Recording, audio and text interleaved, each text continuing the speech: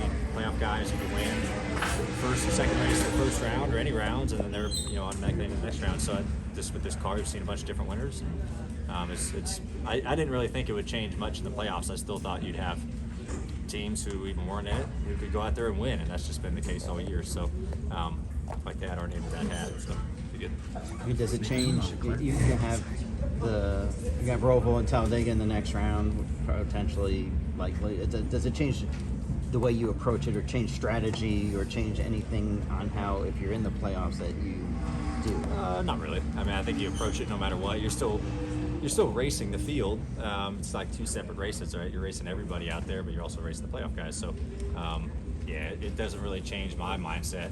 I mean, if we're in the playoffs and we can't win, honestly, I'd rather see a non-playoff guy win than a guy you're racing in the playoffs, right? Win and advance. That's just another team that's locked in. So, but it doesn't really change our mindset of it.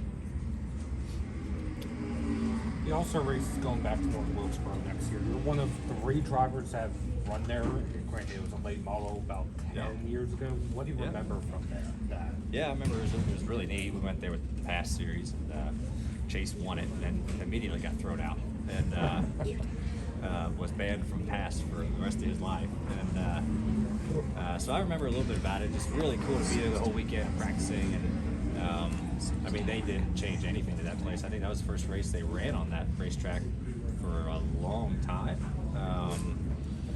But yeah, it looked like they just opened the gates up and let us roll in there and killed some weeds and let us go racing. There was a lot of really, really neat memorabilia there, and the lift still worked for Victory Lane. I remember that. That was kind of cool. So hopefully that still works when we go back there next year. And but I think it's great. I mean, it's awesome that we've always talked about the All-Star race moving around and stuff like that, and Clash and things like that. And I think it's cool that North Wilkesboro has gotten a big revival.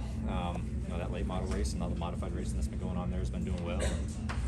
It's really cool, and I know that area is obviously very excited about NASCAR coming back there. So I think it's a great event. They're going to have to build some more grandstands probably for the All-Star race, because there'll be a lot of people going.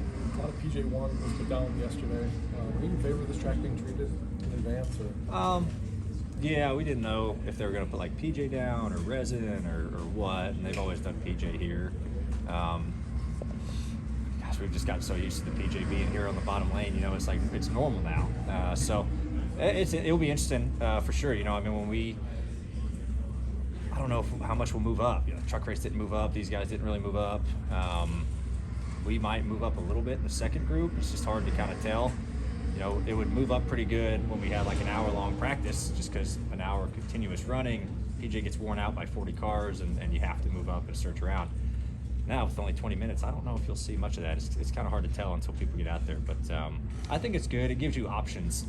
It's dominant early in the race, and then the top's dominant for a little bit, but then it kind of levels out. Like, you kind of can see guys running a split between the top and bottom, the 2/3 points of this race. So I think it's a good thing they do here ever since they've been working on it. It seems to be the really only way without drastically changing the track that you can kind of even the lanes out.